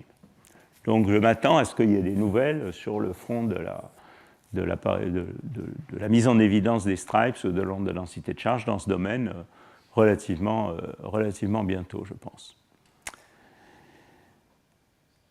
Ceci étant dit, la nature de cette transition de phase est encore un problème théorique largement ouvert. Alors, si on veut vraiment comprendre dans quelle classe d'universalité elle est, ça je ne vais pas rentrer dans les détails, mais c'est juste une remarque que je veux faire. En fait, vous voyez que si par exemple vous avez une périodicité d'une longueur d'onde de 8 pour ces stripes au dopage 1/8, ça veut dire que vous avez une invariance par translation modulo 8 dans le système. Et on sait qu'un modèle qui a une symétrie discrète Z8, bien que la symétrie soit discrète, c'est une transition qui peut avoir, qui est de nature Kosterlitz-Thouless en fait.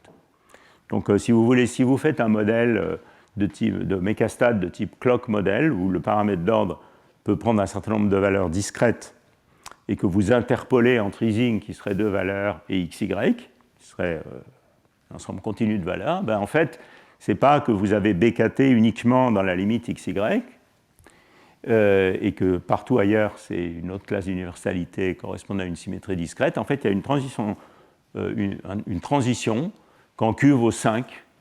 Au-delà de Q égale 5, on peut avoir une transition de type Kosterlitz-Thouless, même si le paramètre d'ordre prend des valeurs discrètes. Et donc Q égale 8, vous êtes dans ce cas-là, donc il se pourrait très bien que cette transition d'onde de densité de charge soit en fait une transition de type BKT, quand on baisse la température, mais c'est quelque chose qui n'a pas vraiment été étudié et qui est une question ouverte du domaine. Je ne suis pas certain que les méthodes numériques puissent vraiment répondre à ces questions, mais même la théorie des champs couplée spin-charge pour comprendre ce problème, tout en respectant Mermin-Wagner, n'a pas vraiment été complètement faite. Alors, pour finir ces aspects numériques, et finir un petit peu la description de ce qu'on sait sur le modèle Hubbard, je voudrais aussi vous montrer la convergence avec d'autres types de méthodes. Donc tout à l'heure, j'avais mentionné le fait que les méthodes de type matrix product state ont été étendues à température finie. Alors il y a différentes manières de faire ça. Il y en a une qui s'appelle la purification et une qui s'appelle minimally entangled typical thermal states. Et en fait, ce raccordement entre le régime de type stripes et le régime où on est dominé par les fluctuations antiferromagnétiques a été étudié dans cette perspective-là. Donc, qu'est-ce que c'est cette méthode de type METS? J'en ai pas parlé la dernière fois, enfin, je juste fait allusion, je veux juste vous donner une idée très rapide de la manière dont ça fonctionne. C'est une méthode, en fait, qui combine les idées d'échantillonnage d'états aléatoires, presque du Monte Carlo, si vous voulez, avec une compression des fonctions d'onde sous la forme MPS. Donc l'idée, c'est de dire que si vous vous intéressez au système à température finie, vous pouvez décomposer n'importe quel observable thermodynamique ou par exemple la matrice densité en introduisant un échantillonnage d'états typiques. Donc vous allez prendre des états typiques échantillonnés selon Poel-Boltzmann et calculer la valeur moyenne de cette manière-là. Et pour obtenir ces états typiques, ce que vous faites, c'est que vous partez d'un état aléatoire au départ, qui peut être juste un état produit, donc vous échantillonnez sur les états produits, et puis vous faites une évolution en temps imaginaire jusqu'à bêta sur 2, en utilisant à chaque étape une compression de cet état, puisque évidemment, l'intrication croît, donc il faut le compresser, en utilisant une compression de cet état sous la forme d'un état produit de matrice. Donc vous combinez un échantillonnage aléatoire de ces états produits et des techniques de compression et d'évolution dans le temps de type Time Dependent Variational Principle. En combinant tout ça, vous obtenez une généralisation des méthodes de type matrix product state à température finie. Et dans cet article, Alex Vitek a appliqué ça au modèle de Hubbard bidimensionnel. Alors, c'est des méthodes qui sont numériquement très lourdes, donc on peut faire ça seulement sur des systèmes de taille relativement limitée. Donc, vous voyez ici, c'est des géométries typiques des géométries de type MPS, où on a un cylindre qui a une condition de bord périodique dans la petite direction, et puis les conditions de bord ouvertes dans la grande direction. Et ici, c'était des cylindres de taille 32 x 4, qui est un petit peu la limite de ce qu'on peut faire par ces méthodes. Et ce que Alex a étudié dans cet article, c'est la manière dont les corrélations de spin et de charge évoluaient quand on baissait la température, dans ces systèmes de taille finie, dans ces géométries. Et voilà le résultat de ces calculs. Et vous voyez qu'ils sont très, très évocateurs par rapport à ce que je racontais avant. Donc ici, ce que vous avez, c'est l'évolution en fonction de la température du facteur de structure de charge et de spin, ici de spin uniquement et de charge ici, en fonction de la température. Et ce facteur de structure de spin, il est pris à deux vecteurs d'onde différents. Le vecteur d'onde pp, en bleu, et puis le vecteur d'onde légèrement déplacé par rapport à pp, qui correspondrait à l'onde de densité de spin avec la longueur d'onde caractéristique du stripe dont j'ai parlé tout à l'heure. Alors vous voyez qu'à haute température, ce qui se passe, c'est que c'est le vecteur d'onde pp qui domine, qui croît le plus vite. Et donc c'est tout à fait cohérent avec ce que je disais tout à l'heure, établi par les méthodes de type cluster d'MFT ou Monte Carlo diagrammatique, qu'on voit les corrélations à pp qui croissent quand on baisse la température. Et puis ici, il y a une température caractéristique qui justement est de l'ordre de 0,1 fois le hopping, où le facteur de structure à pp se met à décroître, et c'est l'autre qui se met à croître et à devenir le plus grand.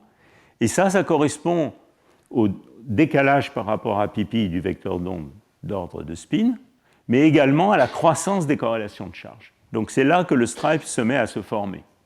Alors évidemment, on a un système qui est quasi unidimensionnel, donc ce n'est pas une transition de phase dans ce cas-là, mais c'est un crossover. Et donc on voit bien qu'il y a trois régimes. Il y a deux régimes, plus exactement. Un régime dominé par les fluctuations de spin à pp, qui correspondrait au régime de pseudo-gap dont je parlais tout à l'heure. Et puis un régime où on commence à former l'onde de densité de charge et de spin, un vecteur d'onde qui correspond à ceux dont j'ai parlé avant. Donc essentiellement une longueur d'onde 1 sur le dopage pour la charge, et la croissance du facteur de structure de charge correspondant. Voilà, je ne vais pas entrer de plus dans les détails là-dessus, mais vous voyez au terme de tout ça, j'espère, qu'on est dans un stade intéressant où toutes ces différentes méthodes numériques se mettent à converger pour donner une image au moins qualitative, et je dirais même semi-quantitative, de la physique du problème qui devient cohérente. Et ce n'était pas du tout le cas dans ce domaine il y a ne serait-ce qu'une dizaine d'années. Donc c'est très intéressant, c'est un petit peu comme d'avoir un paysage où on voit juste des bouts, et puis à un moment le brouillard se dissipe et on commence à avoir une image globale. Et donc cette image globale, dans le cas t' égale 0, c'est en gros celle que j'ai dévoilée au début du cours, avec toujours cette question de savoir si vraiment il y a une phase supra ou pas. Mais on sait, et c'est rassurant, que quand on met t', il va y avoir une phase supraconductrice. Voilà, donc on peut résumer un petit peu ça comme ça. Du point de vue de l'état fondamental, on a un isolant de note antiferromagnétique à dopage nul. Quand on se met à doper, on a un état fondamental qui devient ordonné sous la forme d'un stripe. Ensuite, c'est un dopage de l'ordre de 20%, disons pour I égale 8. Ces stripes vont fondre, et puis on va avoir un état de type métallique, avec éventuellement des instabilités de très très très basse température. Et en fonction de la température, un crossover dans lesquels on est dominé par les fluctuations de spin ici, et puis finalement on atteint des phases ordonnées. Et vous voyez que ce diagramme de phase commence à ressembler beaucoup à celui des cuprates supraconducteurs, avec quand même un point d'interrogation ici, dont je n'ai pas parlé du tout au cours de ce cours. qui est la physique dite du métal étrange, est-elle ou non présente dans le modèle de Hubbard 2D, c'est-à-dire des métaux dans lesquels le transport est linéaire en température. Et ça, c'est une question qui reste encore très très ouverte, je dirais, pour ce qui est de la physique du modèle de Hubbard bidimensionnel. Bon, voilà, ça résume un petit peu ce que j'ai essayé de vous dire. La physique du métal étrange restant un problème ouvert pour ceux qui sont intéressés par cette physique dans le contexte de modèles avec du désordre. Vous pouvez regarder mon cours sur le modèle SYK d'il y a 3 ans. Alors, maintenant, ce que je voudrais faire, il me reste 20-25 minutes. Ce que je voudrais faire, c'est raccorder ça aux expériences les plus récentes sur les atomes froids. En particulier, il y a 2 articles qui sont parus, qui ne sont pas encore parus, mais qui ont été postés sur Archive récemment. L'article dont Emmanuel Bloch vous a parlé la semaine dernière, et j'ai vu que Thomas Chalopin était dans la salle, qui est un article dans lequel ce qu'on montre, c'est que les expériences sont dans un régime de température où les calculs numériques voient clairement l'apparition d'un pseudo-gap et établissent qu'effectivement, il existe dans ce régime un scaling intéressant entre l'échelle du pseudo-gap et la longueur de corrélation magnétique. Je ne vais pas vous parler de ça maintenant, puisque Emmanuel Bloch en a parlé lors de son séminaire la semaine dernière. Aujourd'hui, je vais plutôt me concentrer en quelques slides sur un autre article, qui est l'article récent du groupe de Markus Greiner et collaborateurs, dans lequel il est montré, par comparaison avec les simulations numériques, que les températures atteintes sont des températures très faibles, plus petites que 0,1. En fait, il donne 0,05 avec une certaine barre d'erreur. Donc vous voyez qu'on est vraiment maintenant dans des régimes de température très faibles. Et pourquoi j'ai écrit ça ici? Parce qu'en fait, comme vous allez le voir, l'établissement de cette température de manière précise devient problématique, parce qu'en fait, on n'a pas de thermométrie in situ dans le réseau, comme je l'ai expliqué plusieurs fois au cours des cours précédents. Et la thermométrie se fait par comparaison aux simulations numériques. Et comme ce sont des régimes dans lesquels les simulations numériques deviennent difficiles, eh bien, on n'a pas une thermométrie parfaite, et vous allez voir qu'il y a même des différences qui apparaissent entre les manips et les simulations, d'où le fait qu'on ne sait pas exactement à quelle température on est. Mais on peut mettre cette borne. Pour placer les choses un petit peu, si vous voulez, dans leur contexte, voilà un petit peu les échelles de température, plus concrètement. Disons pour un couplage U/T de l'ordre de 6 à 8, auquel on peut s'attendre. Donc j'ai parlé de cette température T star qui est à la fois l'onset le seuil des fluctuations, où le facteur de structure de spin à pi se met à croître, et l'ouverture du pseudo-gap. Ça, c'est quelque chose qui se passe dans un régime de température qui est de l'ordre de 0,25 à 0,2 fois le hopping. Donc clairement atteint par les expériences, aussi bien dans le groupe de Munich que dans le groupe de Harvard. Alors vous voyez, si je convertis ça en échelle d'énergie pour les cuprates, le hopping, c'est quelque chose qui est de l'ordre, disons, en gros, d'un tiers d'électronvolts. Donc 3000 Kelvin, quelque chose comme ça. Et donc 0,2, vous voyez que ça correspond en gros à 600 K. Donc on commence à être à des températures qui sont comparables, disons, à des températures pertinentes expérimentalement, mais quand même déjà encore assez chaudes. 0,1, là ça commence à être vraiment plus intéressant, parce que c'est en gros 0,05, ça sera à peu près 150 Kelvin. Donc c'est pratiquement de l'ordre de TC, TC supra. Et c'est aussi, ce 0,1, c'est aussi, on l'a vu dans les simulations numériques, à peu près l'ordre de grandeur où on devrait voir cette transition de phase vers un ordre de densité de charge. Donc ça, c'est un petit peu pour vous montrer une comparaison sur où on en est dans les expériences d'atomes froids par rapport au domaine de la matière condensée, convertie en unité de la matière condensée. Alors voilà un petit peu l'idée de l'expérience de l'état de l'art, disons, sur le refroidissement dans le groupe de Harvard.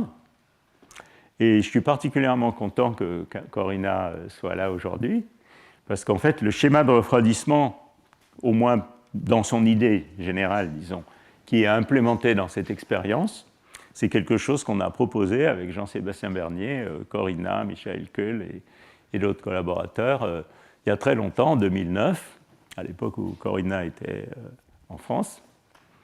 Et elle consiste, donc j'ai déjà parlé de ce schéma de refroidissement assez en détail au cours 2 ou 3, je ne sais plus, mais je vais vous le rappeler brièvement. Donc ce schéma de refroidissement, il consiste à créer une zone centrale dans le piège où on va vouloir créer un état dans lequel il y a 2 particules par site, donc un isolant de bande. Alors c'est effectivement ce qu'on fait, ce qu'ils font. Ils font ça en faisant de l'ingénierie du piège avec des Digital Mirror Devices. Et vous voyez qu'ici, dans les images de microscopie, la zone centrale est effectivement une zone où on ne voit rien. Alors vous vous souvenez que quand on fait de la microscopie, j'ai parlé de la microscopie au cours 3 ou au cours 4, je ne sais plus, cours 3 je crois, et vous vous souvenez que ces techniques de microscopie de fluorescence, c'est des techniques où, au moins pour la plupart des implémentations, on ne voit pas les sites doublement occupés, parce que quand on fait fluorescer les atomes, s'il y a 2 atomes sur le même site, il y a des collisions qui font qu'on perd les atomes.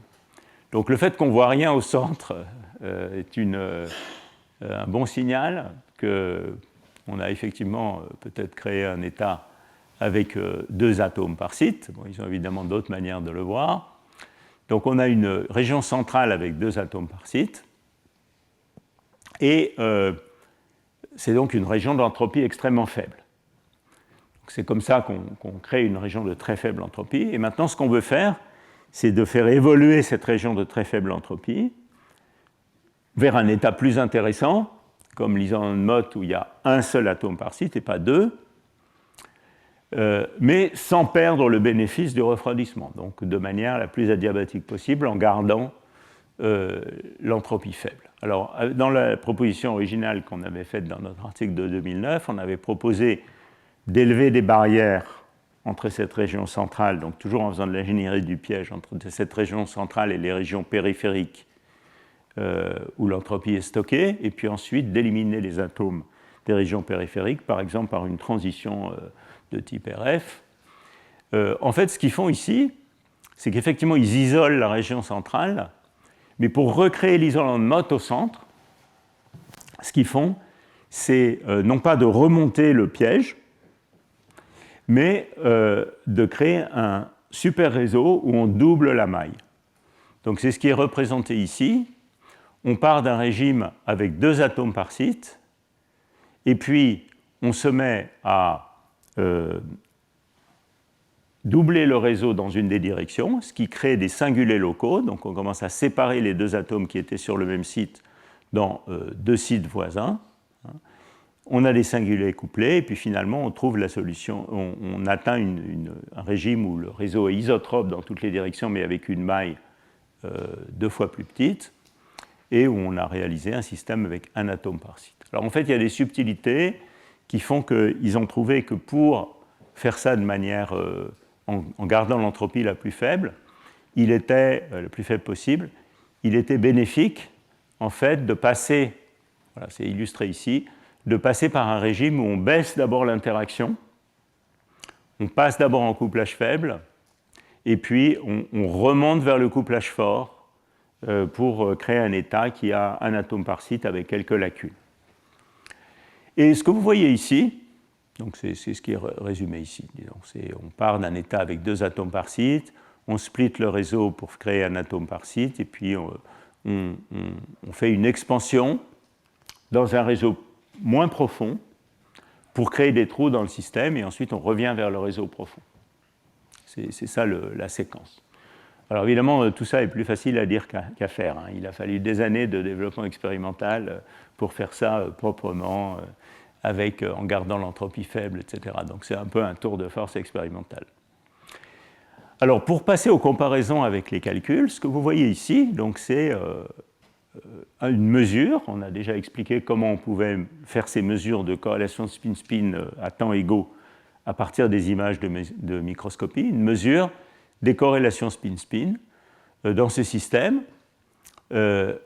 pour une distance 1, donc les corrélations plus proches voisins, une distance ici racine de 2, qui sont donc les corrélations selon la diagonale du carré, une distance 2, donc les corrélations comme ça, et une distance 2,2 qui correspond à ces distances ici.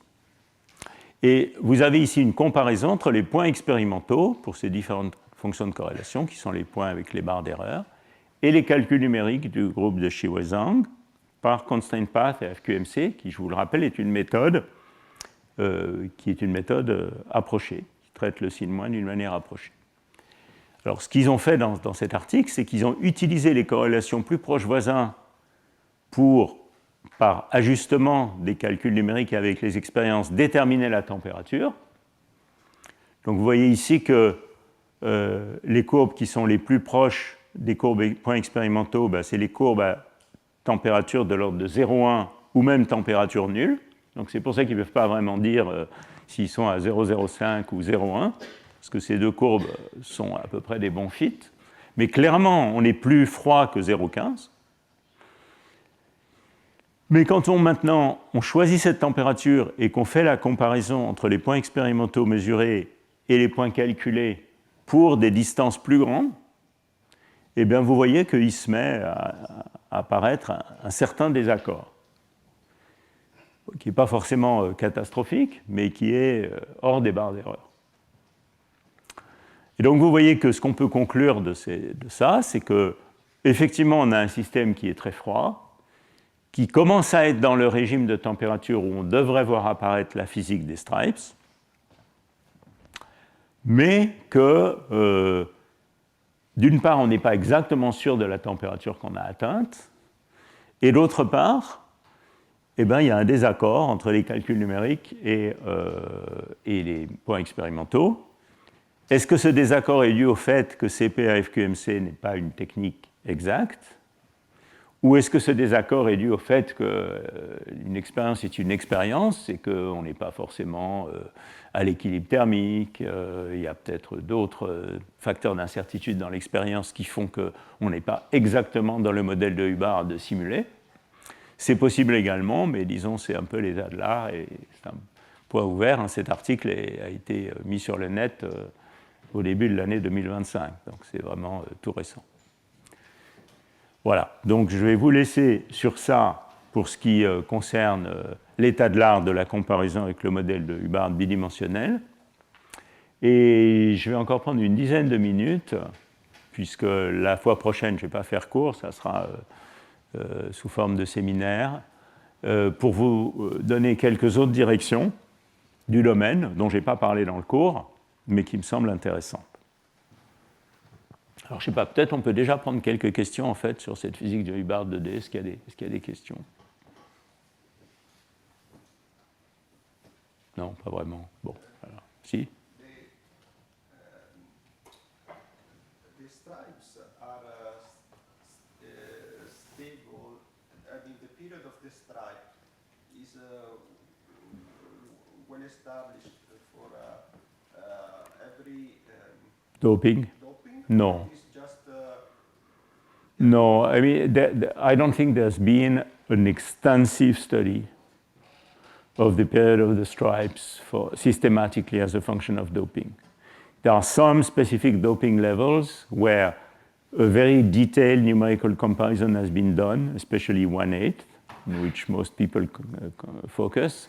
So I showed you before, right, this comparison between the different wavelengths. So at 1/8 and T prime 0, it's well established, I think, that the optimal stripe is the one you would guess, namely lambda charge equal 8. But for other fillings, I don't think there's been a very systematic study. There's still a lot of quantitative work to be done. Félix? Est-ce que la notion de surface de Fermi est vraiment une définition non ambiguë dans lequel il n'y a pas de quasi-particules No, but of course, non ambigu, non, mais pragmatique, oui. Donc, en gros, ça veut dire que si tu mesures n de k, la distribution en impulsion, alors on est à température finie d'une part, et d'autre part, j'ai dit qu'il y avait des régions de la zone de Brillouin où les quasi-particules étaient détruites. Donc, on va voir un n de k qui est relativement raide près des nœuds et relativement moins raide près des antinœuds. Mais enfin, si je prends une définition pragmatique qui est par exemple le point d'inflexion de n de k, voilà, c'est une définition pragmatique de où se trouve la surface de Fermi. Une autre manière de faire, c'est de regarder la fonction spectrale et de faire un map, une carte de l'intensité spectrale de la fonction spectrale à fréquence nulle. Et ça, c'est une autre définition pragmatique. Donc tout ce que j'ai dit sur la surface de Fermi à température finie doit être compris dans ce sens pragmatique. C'est-à-dire où se trouve le maximum d'intensité spectrale. Attends. Oui, par rapport à cette absence de supraconductivité dans le cas où T' est strictement égal à 0. Cette absence au moins pour une bonne partie des paramètres. Je ne pense pas que ce problème soit complètement... Mais donc je pense à ce papier Ouais. empirique, Oui. ces courbes que tu as montrées. Est-ce que les gens ont calculé numériquement les coefficients de transport?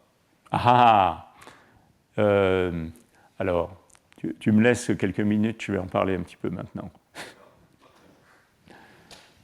Dernière question. Je comprends bien qu'il faut bien maintenir l'entropie au minimum. Est-ce qu'on peut quantifier cette normalité? D'autre part, il me semble que l'entropie a ses propres lois qui évoluent comme ensemble.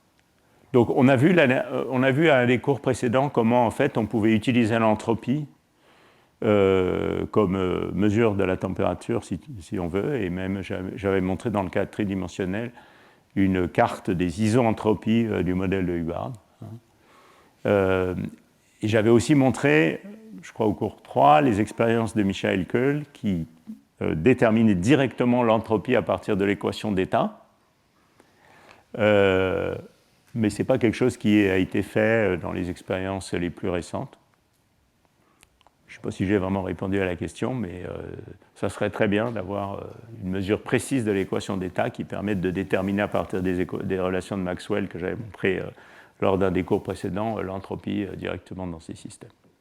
Alors, je vais quand même me permettre de prendre encore une dizaine de minutes pour vous parler justement un petit peu de transport. Mais c'est juste un peu comme une ouverture sur des questions ouvertes, parce que ça ferait l'objet de tout un cours.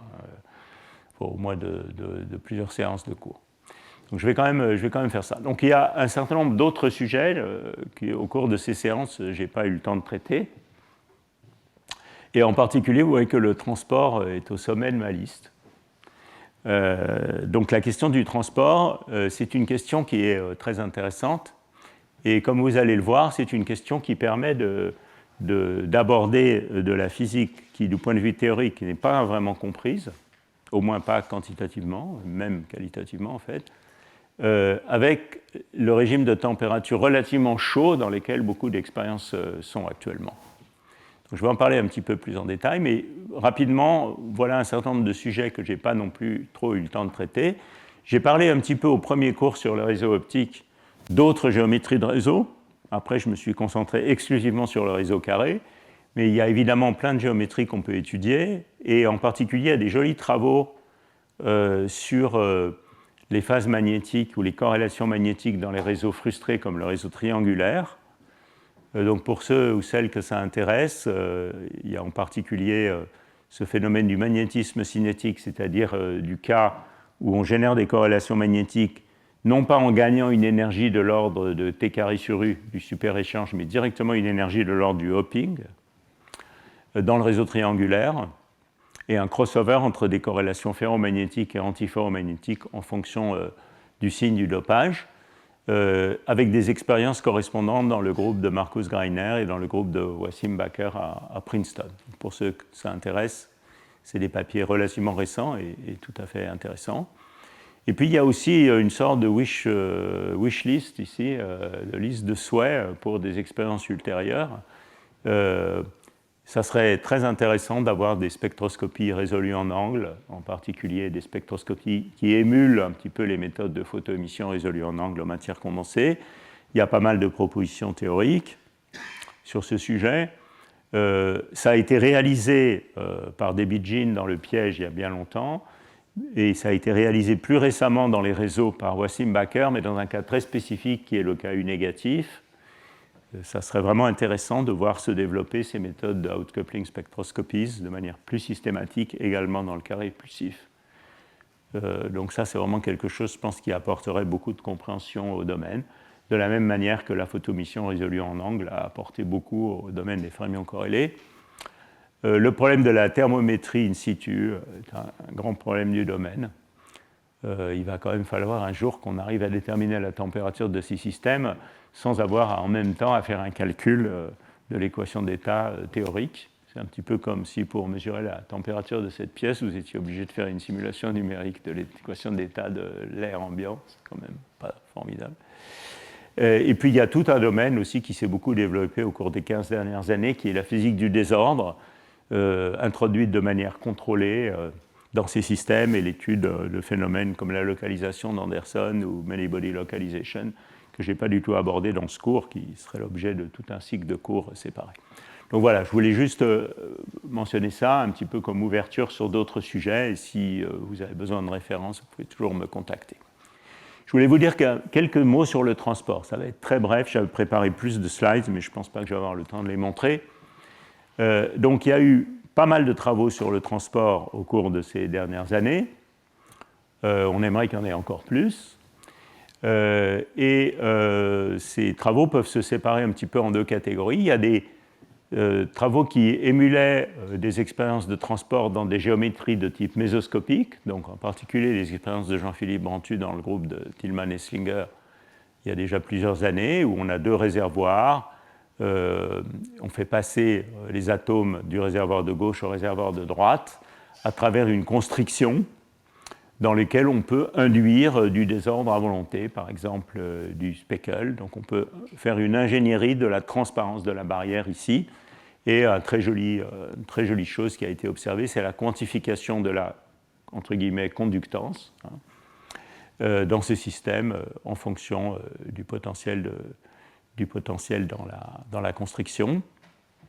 On avait travaillé aussi avec Corina il y a une dizaine d'années sur ce sujet, en particulier en révélant en collaboration avec l'équipe d'Esslinger des effets thermoélectriques, c'est-à-dire des effets couplés de transport d'entropie et de particules dans ces systèmes. Il y a aussi des expériences de transport de spin dans le groupe de Martin Sverlein à MIT en particulier. Et puis il y a des expériences de transport, donc ça c'est dans le réseau également. Il y a des expériences de transport dans le réseau. Et je voudrais, pour finir ce cours, vous parler un tout petit peu de l'expérience qui a déjà quelques années, qui a été faite dans l'équipe de Wassim Baker à Princeton, juste pour souligner quels problèmes fondamentaux ces expériences soulèvent. Donc l'idée de l'expérience de Wassim Baker, alors je vais tout de suite passer sur ces transparents-là, parce que je ne vais pas avoir le temps de parler de tout ça. L'idée de cette expérience de Wassim Baker, c'est la suivante. Elle consiste à mesurer non pas directement la transport dans le système, ou la conductivité, si vous voulez, mais de mesurer la constante de diffusion et séparément la compressibilité. Donc pour faire ça, ce qu'ils font, c'est qu'ils induisent dans le système une modulation périodique du potentiel, qu'ils relâchent à l'instant t égale 0. Ils regardent comment la modulation correspondante de la densité dans le système, donc toujours par les méthodes de microscopie, relaxe en fonction du temps. Donc vous voyez ici, on met de la modulation périodique du potentiel, toujours c'est toujours des techniques où on imprime cette modulation périodique avec un digital mirror device. Et puis, on fait des mesures, on fait des photos par microscopie, on regarde la relaxation du profil de densité, et il y a une analyse théorique de la relaxation du profil de densité, qui en gros est une équation de diffusion amortie. Donc ce profil de densité va relaxer, pardon. J'espère que ça marche encore. Et on écrit une équation qui est l'équation de conservation de la densité. Donc la dérivée de la densité par rapport au temps est égale à la divergence du courant. Et la dérivée du courant par rapport au temps va être en gros un terme qui est un terme de diffusion et un terme qui est un terme d'amortissement. Quand on combine tout ça, on trouve une équation de relaxation pour chaque mode. S'il n'y avait pas ce terme ici en dérivée seconde, vous voyez gamma qui est la constante d'amortissement s'en irait, et ça serait exactement une équation de diffusion, hein, dtn égale moins d laplacien de n. Et puis la constante de diffusion, la constante d'amortissement change ça, puisque ce qu'ils observent c'est une relaxation amortie. Et en faisant un ajustement de ces profils de densité dépendante du temps par les solutions de cette équation ici, ils peuvent extraire gamma et d. Alors, une fois qu'on a d, on peut en déduire la conductivité en faisant une mesure séparée de la compressibilité du système. Alors, pourquoi est-ce qu'on peut faire ça? Parce qu'on a la relation d'Einstein. Si j'écris la loi de Fick, donc qui relie le courant au gradient de densité, je peux écrire ce gradient de densité comme la compressibilité dn d mu, ça on a vu précédemment que c'est la compressibilité du système, fois le gradient de potentiel chimique. Et donc vous voyez que ça implique que la conductivité, qui est le rapport entre le courant, la densité de courant et le gradient de potentiel chimique, est égale à la compressibilité fois d, ce qui est une relation bien connue, qui est la relation d'Einstein-Nernst, qui relie la conductivité à ce produit. Et donc ça, c'est une quantité qui est purement une quantité thermodynamique, kappa, compressibilité, dont on a beaucoup parlé au cours des cours précédents, et ça, c'est une fonction de réponse, qui est la constante de diffusion. Alors en fait, ce qu'il est facile de voir, c'est qu'à haute température, donc dans le régime de très haute température, quand la température est plus grande que le hopping, on peut montrer, essentiellement analytiquement, que cette constante de diffusion va saturer à une valeur qui est, que vous pouvez deviner juste par analyse dimensionnelle, c'est tout simplement le temps le plus petit que vous pouvez avoir pour un saut entre sites, le temps le plus rapide, qui va donc être l'inverse du hopping, h bar sur t, hein, qui est le temps caractéristique du problème, fois le carré de la maille du réseau. Donc ça, c'est vraiment la constante de diffusion la plus petite que vous pouvez obtenir dans le système. Donc vous vous attendez à ce que la constante de diffusion soit d'ordre a carré t sur h bar, dans la limite de très haute température, où tous les sauts sont extrêmement locaux, et donc la constante de diffusion soit ça. Et puis c'est très facile de voir, juste par les séries, le développement autour de la limite d'un site isolé, que la constante de compressibilité ici est d'ordre de 1 sur la température dans la limite de haute température. Donc ça, je l'ai expliqué ici. dn d mu, vous pouvez aussi le voir comme ça. dn d mu, c'est la fluctuation de densité fois 1 sur kt, ça c'est fluctuation de dissipation. Et la fluctuation de dissipation, la fluctuation de densité, par exemple, si vous vous placez dans le cas U infini, eh bien, comme il n'y a pas de double occupation possible, vous pouvez calculer analytiquement cette quantité, c'est juste n fois 1 moins n, où n est la densité moyenne. Donc, dans la limite de très haute température, la compressibilité doit être 1 sur la température fois ça, et la constante de diffusion doit être constante, indépendante de la température. Et donc, quand vous mettez tout ça dans la formule de Nernst-Einstein, ça vous dit que la conductivité doit être proportionnelle à 1 sur la température, autrement dit que vous devez avoir une résistivité linéaire en température. Alors, est-ce que ça explique le métal étrange dans les cuprates?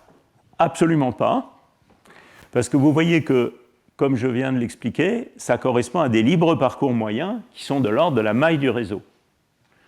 Donc, ce régime de transport métallique, dans le sens où dρ dt est positif, et donc on peut appeler ça un métal si on veut, c'est un régime qui, premièrement, est complètement dominé, où cette résistivité linéaire est complètement dominée par la thermodynamique du système. L'action n'est pas dans D, mais dans kappa, et où le libre parcours moyen est de l'ordre de la maille du réseau, ou pour ceux qui font de la matière condensée, on est bien au-dessus de ce qu'on appelle la limite de Mott-Joffe-Regel, c'est-à-dire la limite où le libre parcours moyen devient plus petit ou de l'ordre de la maille du réseau. Donc, ce n'est pas du tout un régime qui doit être qualifié de strange metal. Strange dans le sens que c'est un métal où la résistivité linéaire en T mais les libres parcours moyens sont grands devant la maille du réseau, c'est un régime qu'on doit appeler un régime de mauvais métal ou de très mauvais métal, où le libre parcours moyen est petit ou de l'ordre de la maille du réseau et où l'action est dans la thermodynamique. Mais dans ce régime, qui est un régime fondamentalement intéressant, si on veut, de régime de transport haute température, on sait établir analytiquement que la résistivité doit être linéaire en T. On sait l'établir analytiquement, mais du point de vue computationnel ou du point de vue même analytique, calculer précisément la constante de diffusion ou la résistivité dans ce régime est très difficile. Alors pourquoi c'est très difficile? Parce qu'en fait, à haute température, on peut très facilement faire des simulations Monte-Carlo du système, mais toute l'action se passe, pour ce qui est de la conductivité d'essai, dans le régime où la fréquence est plus petite que la température. Et précisément dans ce régime, on ne peut pratiquement rien extraire des calculs Monte-Carlo en temps imaginaire. Donc c'est un exemple où la physique des atomes froids permet de la faire de la physique fondamentale des systèmes chauds, chaud dans le sens où la température est plus grande que le hopping, et où la théorie, elle, ne suit pas. Voilà, donc c'est un problème qui est encore assez largement ouvert. Que disent les expériences? Alors j'avais préparé un certain nombre de slides, je ne vais pas avoir le temps de les couvrir tous. Donc ça, c'est les expériences du groupe de Princeton qui montrent qu'effectivement, à haute température, le constante de diffusion tend vers une constante. Donc vous voyez, là, on est à des températures qui vont jusqu'à 8 fois le hopping. Donc si je convertissais ça en unité de physique de la matière condensée, si j'ai dit tout à l'heure que le hopping c'est 3000 Kelvin, ça veut dire qu'on chauffe le système à 20 000 Kelvin. Alors à 20 000 Kelvin, les supraconducteurs se portent très mal, ils deviennent liquides, ils fondent.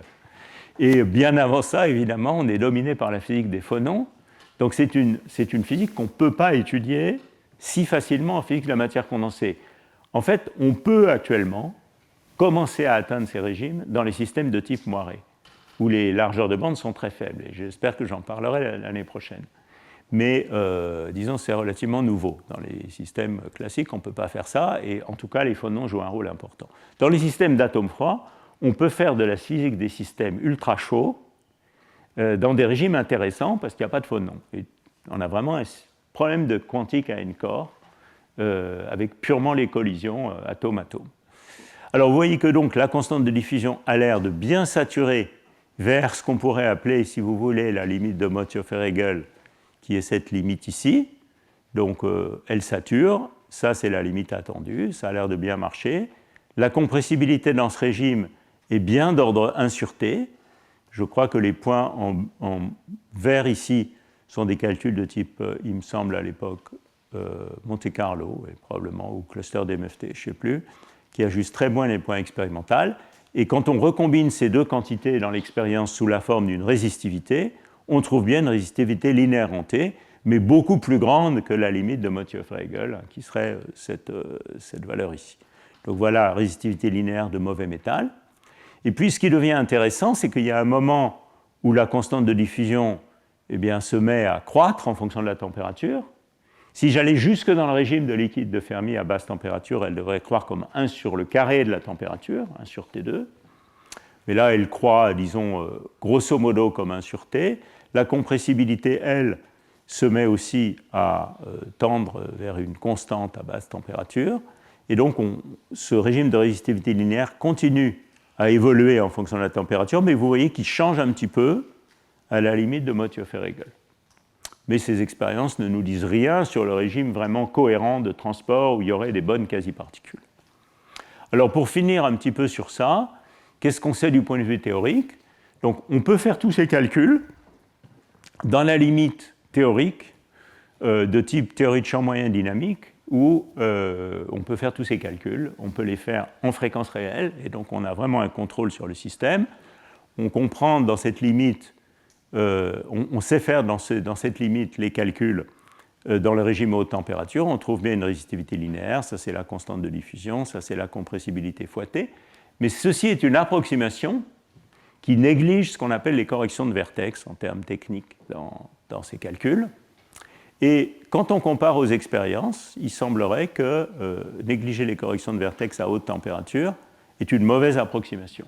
Vous voyez ici une comparaison entre les calculs des MFT et les expériences de Baker. Et donc, à la différence des quantités thermodynamiques pour lesquelles l'approximation des MFT est excellente à haute température, essentiellement exacte, pour les coefficients de transport, il semblerait que ceci ne soit pas vrai.